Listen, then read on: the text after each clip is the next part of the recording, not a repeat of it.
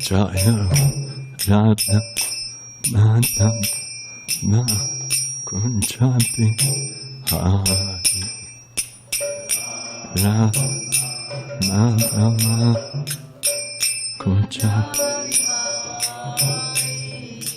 Govinda Vallabha Giridhari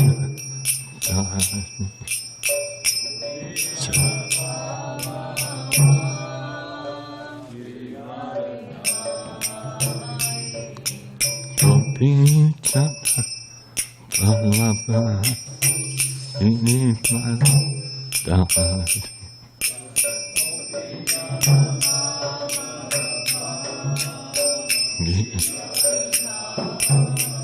Yashodananda Ranjana Ranjana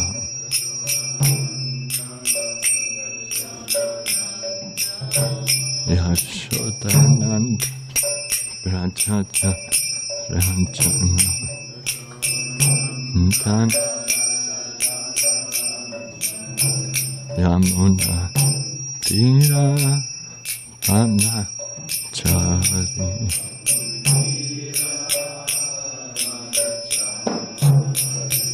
Yamuna Tira Vana Chari Tira Vana Chari Jaya Radha Madhava Kunjabi Hari Radha Madhava Kunjabi Hari Jaya Radha Madhava Kunjabi Hari Radha Kunjabi Hari Jayam Vishnu Pada Paramahamsa Parivrajaya Aristotashada Shri Srimad Bhagavatam Bhakti Swami Srila Prabhupada Ki Grantaraj Srimad Bhagavatam Ki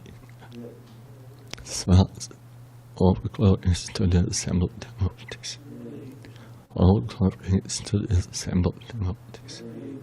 All glories to the assembled devotees. Hare Krishna. Om Namo Bhagavate Vasudevaya.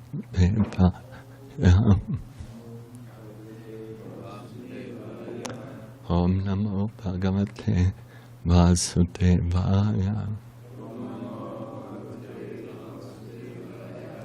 Om Namo Bhagavate Vasudevaya.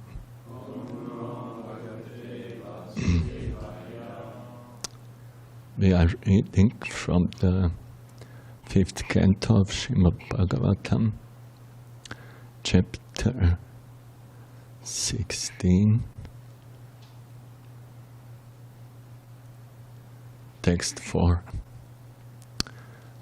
Rishiruvacha Navai Maharaja Bhagavato Maya Guna Vibhute Kashtamanasa Vachasa Vadigantumalam Vibhudayushapi Purushastasmad Pradhan Yenaiva Bhurgolaka Mishesham Nava-yauvanaṁ Vyakyasyamaha.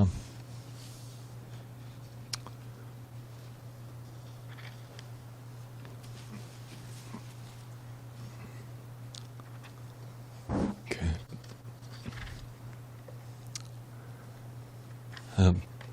Please repeat. Rishi Uvacha. She.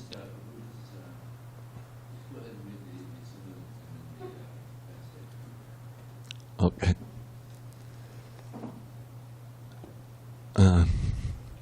Rishi Uvacha. Shri Sukadeva Gosvami continued to speak.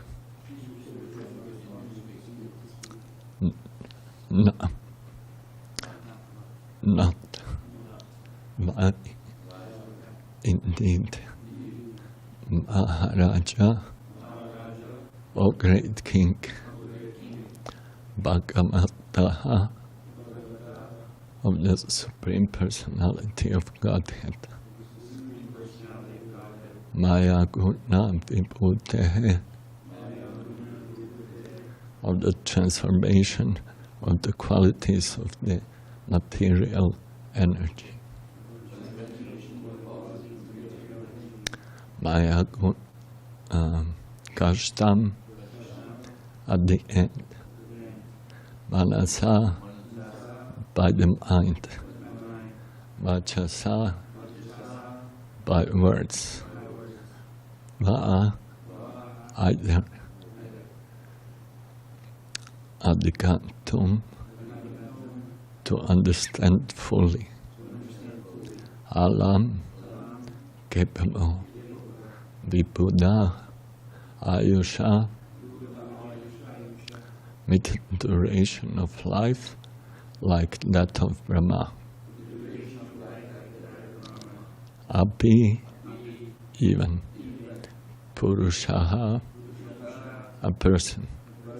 Tasmat, therefore, Pradhanyena, by a general description of the chief places.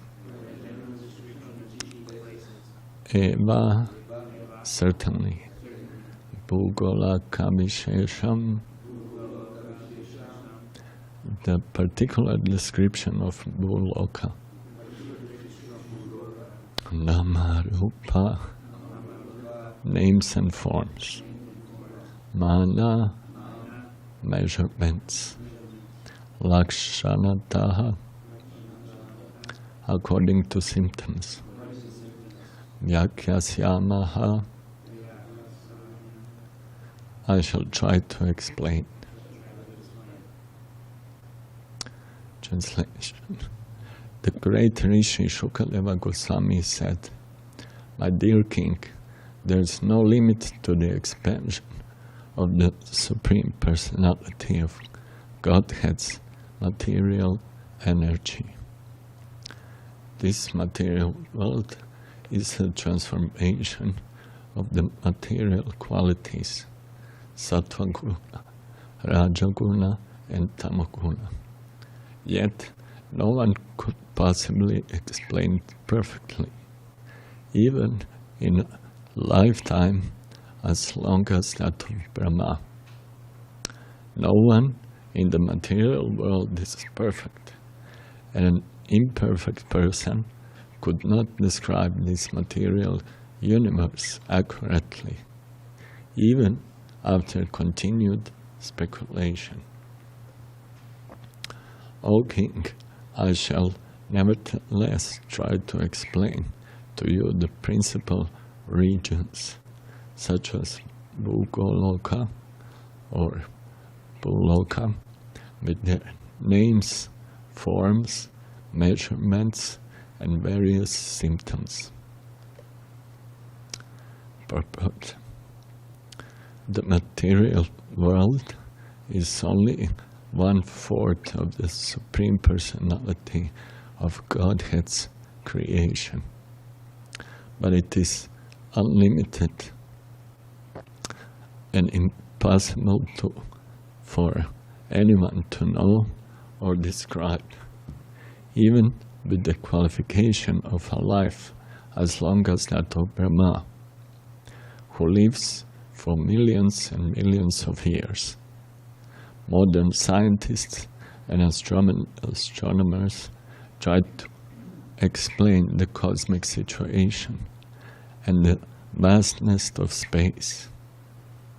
And some of them believe that all the glittering stars are different suns.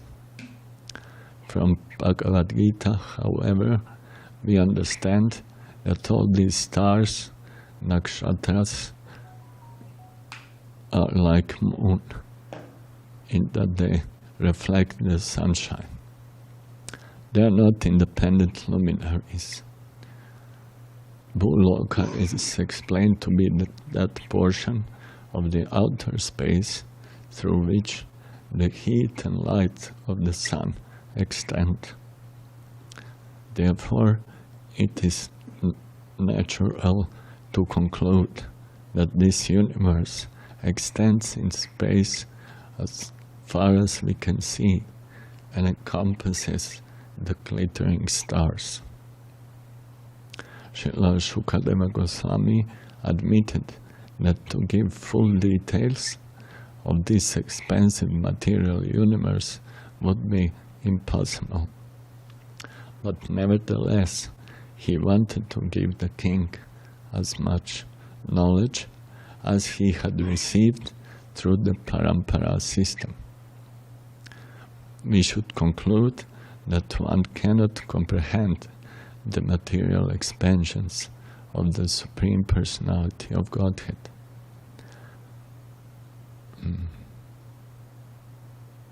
If one cannot comprehend the material expansions of the Supreme Personality of Godhead, one certainly cannot estimate the expansiveness of the spiritual world.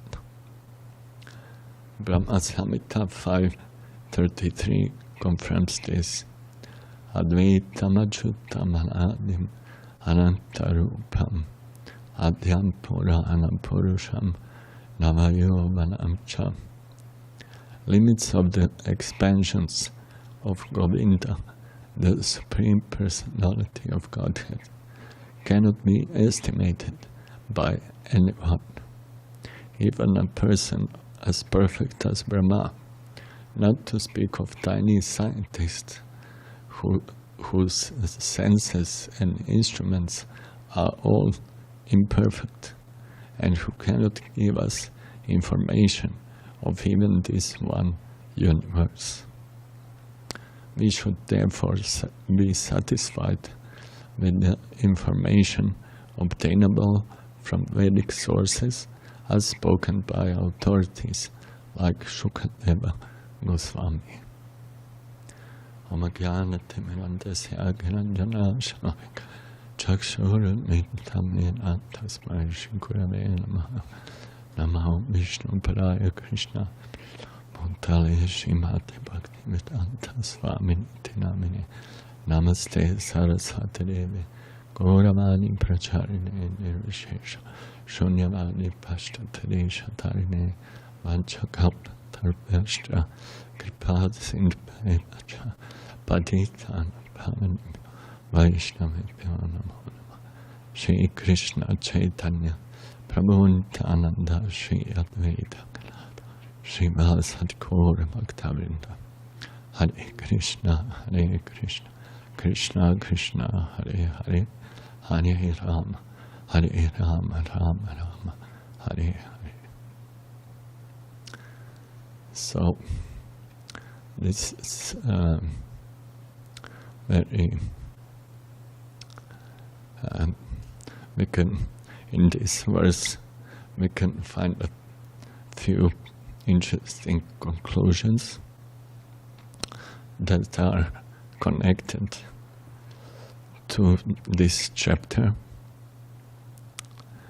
and this part of Bhagavatam, which is revealing to us the details of material cosmos. So, details of this material cosmos, they are part of one whole, and we can, when we study Srimad Bhagavatam, we can find out that material universe is sometimes presented as a unique form of the Supreme Personality of Godhead. So, when we question ourselves, what is the purpose of studying details of material universe, which are anyway impossible to perceive or understand, as it is stated here. So there is a purpose. Srila Prabhupada mentioned in his book Easy Journey to Other Planets, is that human being naturally wants to know things which are beyond his perception. When common man sees the stars, he naturally wonders if there is life on these stars, and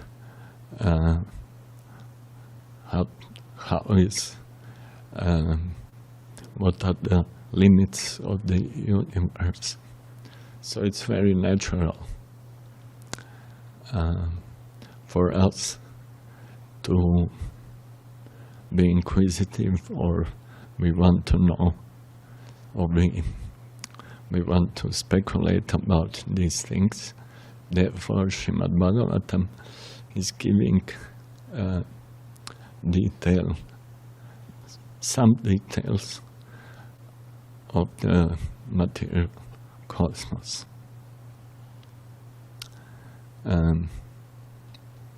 It's interesting that descriptions of material energy in general, and also the cosmic form,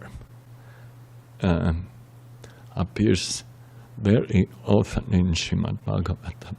We can see in the first canto, especially second canto, then third canto, which describes material creation, and then in this fifth canto also. And I noticed when I was a little bit studying this subject that in almost every canto of Srimad Bhagavatam, this concept of the universal form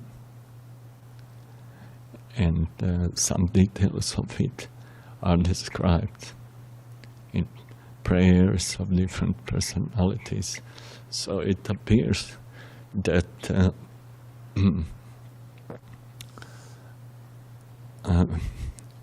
universal form is, or we can say, concept of the universal form is important aspect of Vedic, or we can say Vaishnava philosophy. Why is it so? It's this concept, it helps us to understand,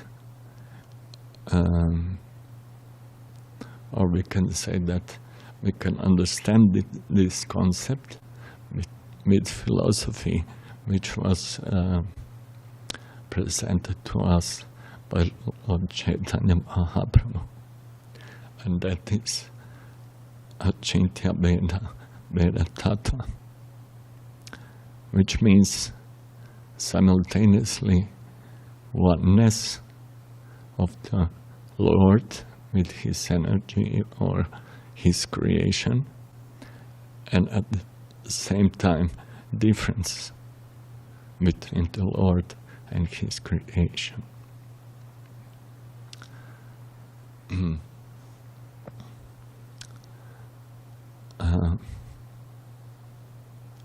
This very important to understand.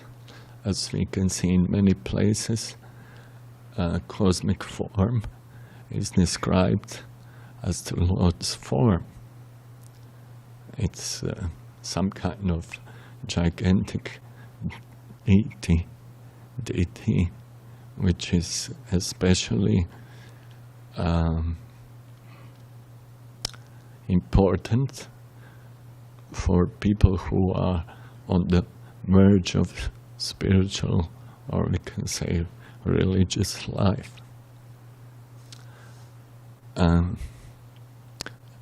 Their minds or their intelligence cannot accommodate concept of Satchitananda Vigraha.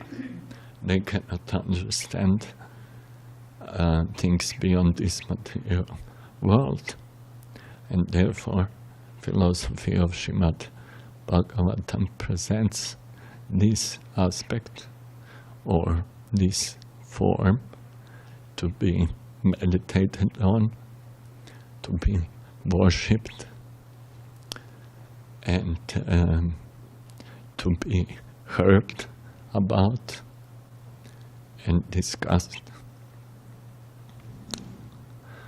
For that reason, we can see that Srila Prabhupada wanted to have a three-dimensional presentation of the cosmos in the Vedic planetarium, which is going to be installed in our big temple in Mayapur. Srila Prabhupada said, it doesn't matter whether they will accept it or not. It's some people will obviously accept, some people will not accept this concept. But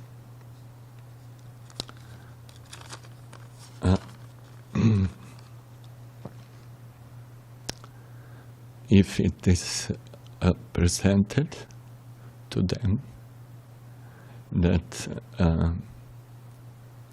this Vedic concept of the universe, which actually is part of this cosmic form, it will help people in many ways. First of all, they will understand that there is a Vedic concept of the universe, explained scientifically in Vedic scriptures. That's one thing. Another thing, everybody can understand that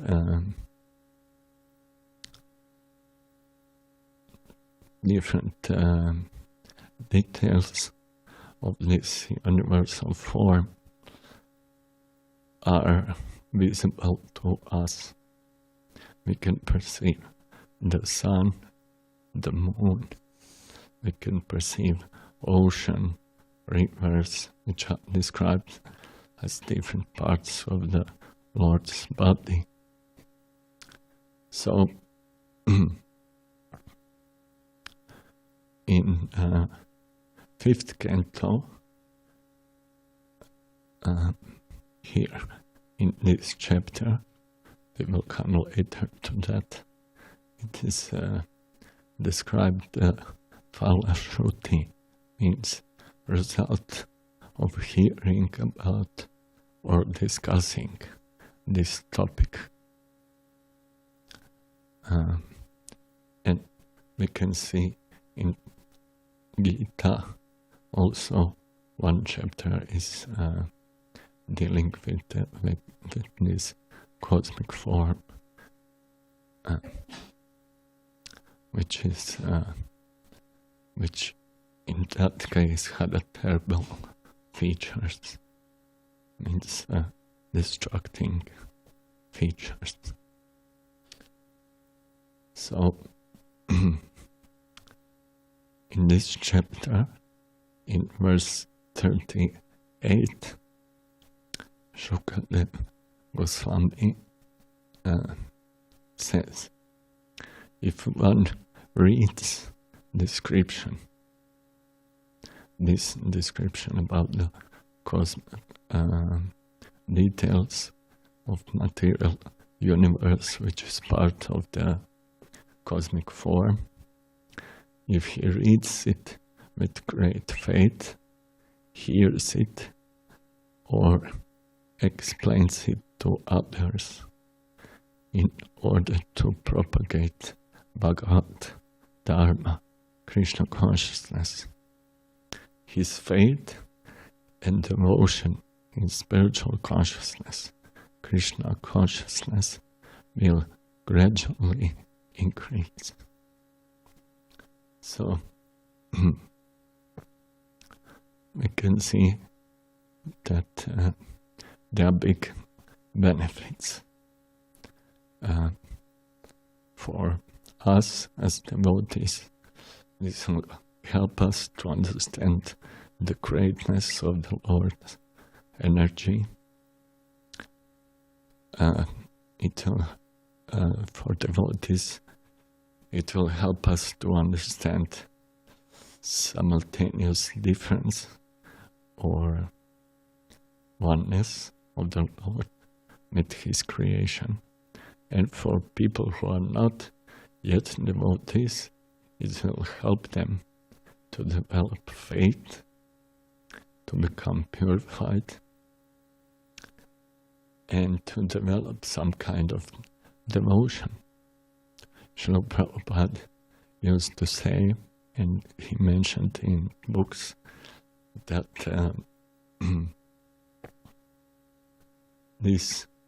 especially this form of the Lord, is very attractive to impersonalists because of its unfathomable features. So they are attracted to that form.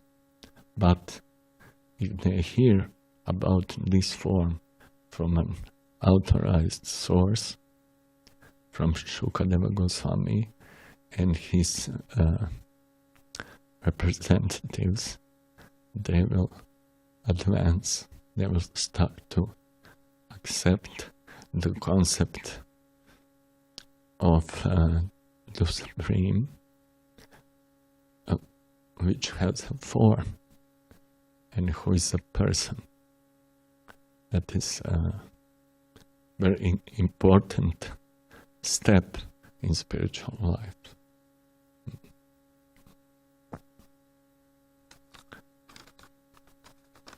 Also, regarding this topic, I found it interesting. Some few years ago, Dhruta Prabhu from LA, he gave a very interesting class regarding this topic. Actually, I'm using some details of his presentation here. And he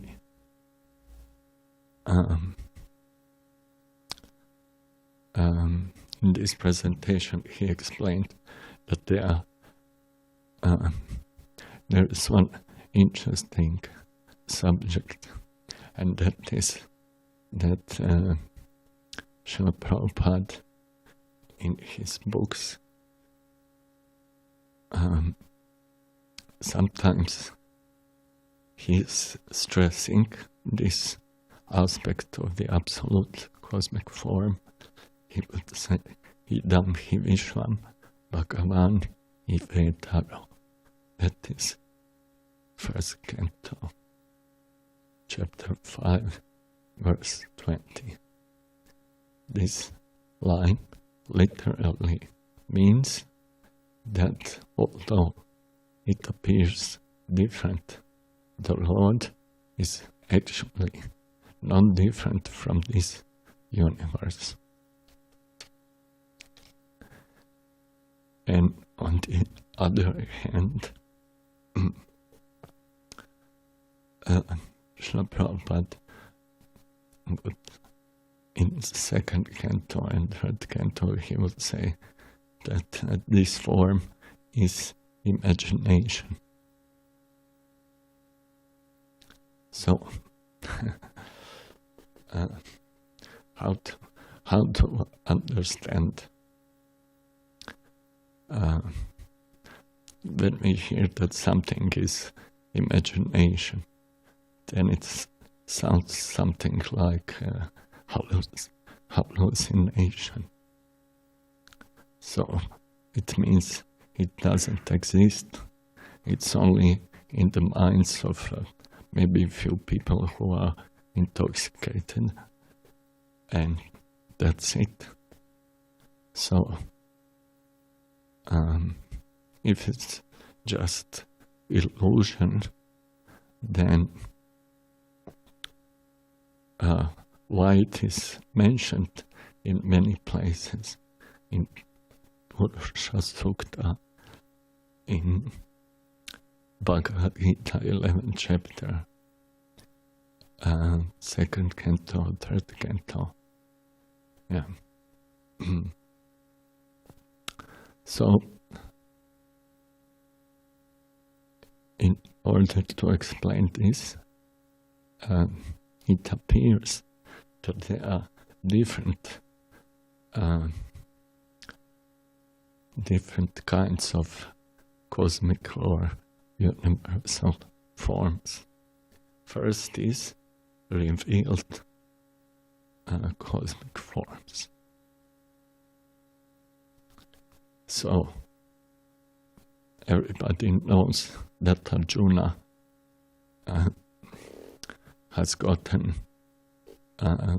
spiritual eyes with which he was able to see the cosmic form, which means it was revealed to him.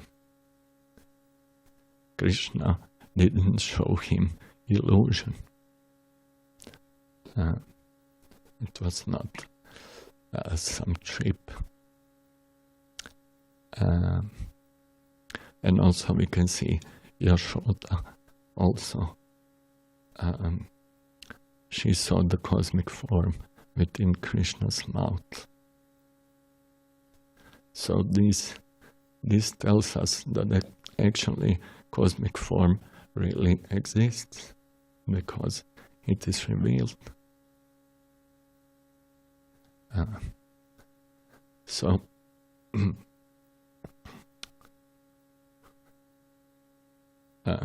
second, we can say second kind of cosmic form is the cosmic form which is about which we hear or we explain to others. So, for example, we are sitting in the temple room, and when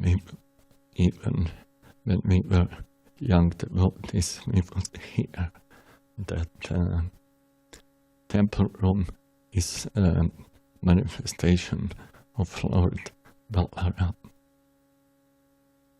So, can we say that we had mystic revelation that this temple room is Balaram? Actually, at least in my case, it is not.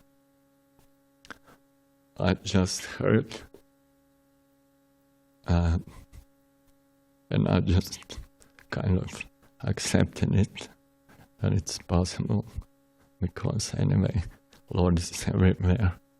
So, yeah. So the first was revealed form, then second is the form about which we hear from authorities, and the third one is visualization, or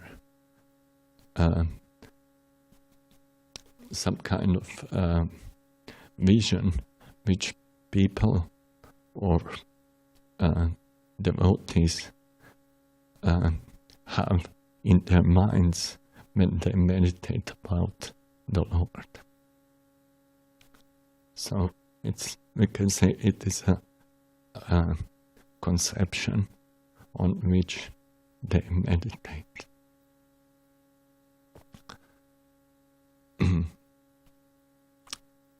Therefore, we can see that there are places, there are circumstances when the Lord revealed Himself in this form to different people. There are circumstances where one hears about the Lord in this form, and there are circumstances in which a person visualizes or meditates. Yeah. So in this connection we can understand that when it is said imaginary, that it means when we imagine or visualize. It means we haven't seen it, like Arjuna and Yashoda. We see only some aspect of it, like the sun, the moon, fire, etc. Or this planet.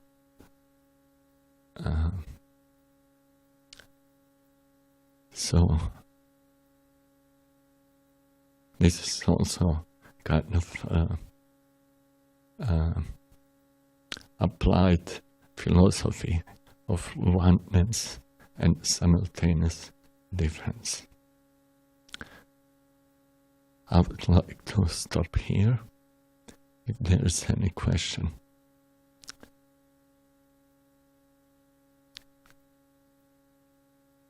I hope you are able to understand.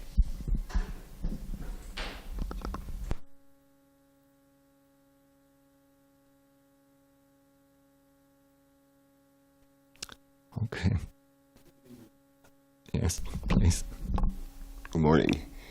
You mentioned the material world is 1/4 of Krishna. Is that what you said? Krishna's energy. 1/4 of... It's mentioned in the purport.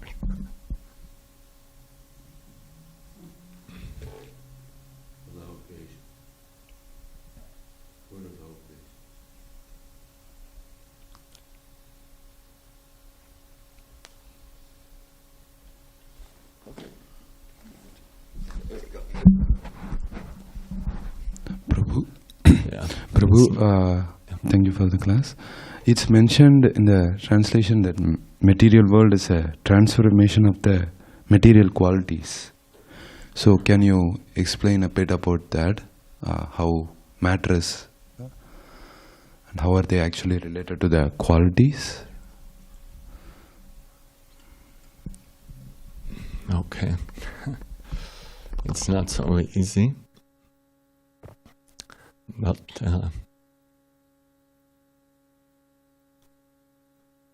in Bhagavad Gita, Krishna said that material energy is consistent of the 3 modes of material nature.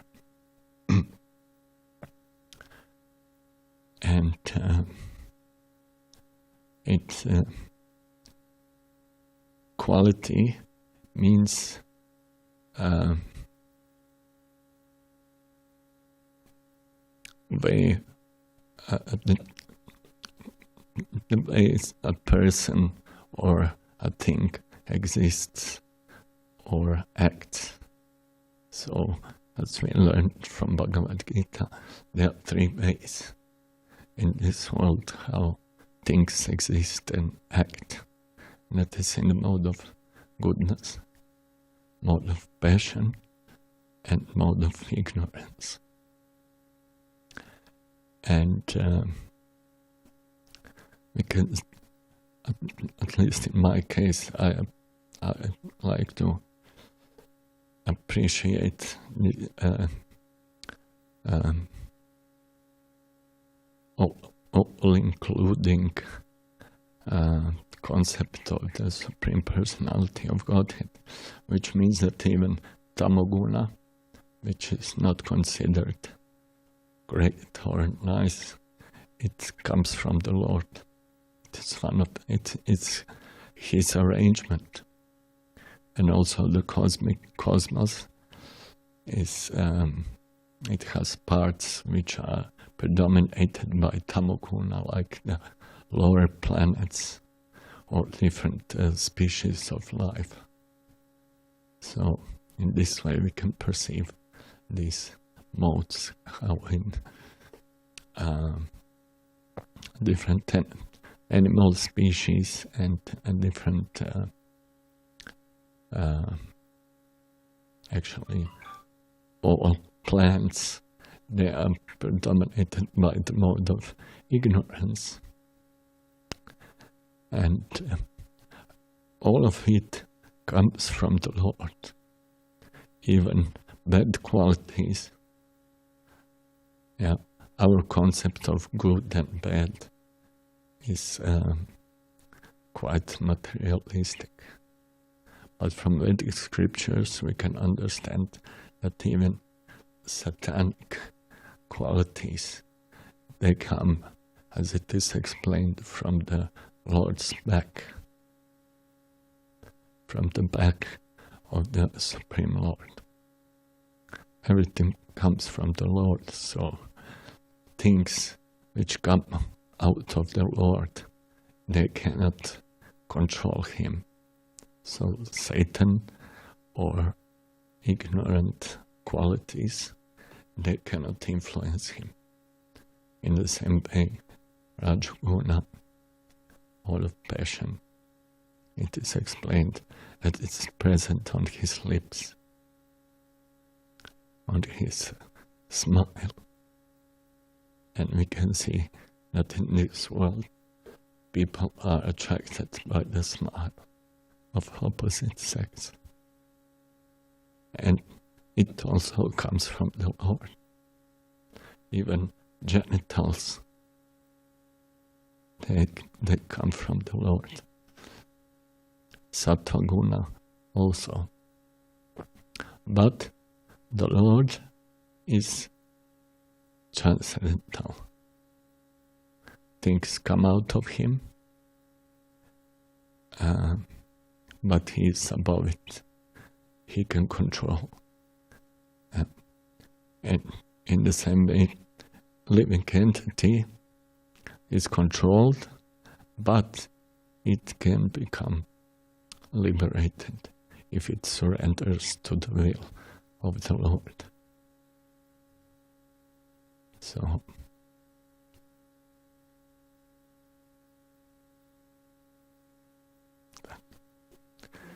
okay, thank you.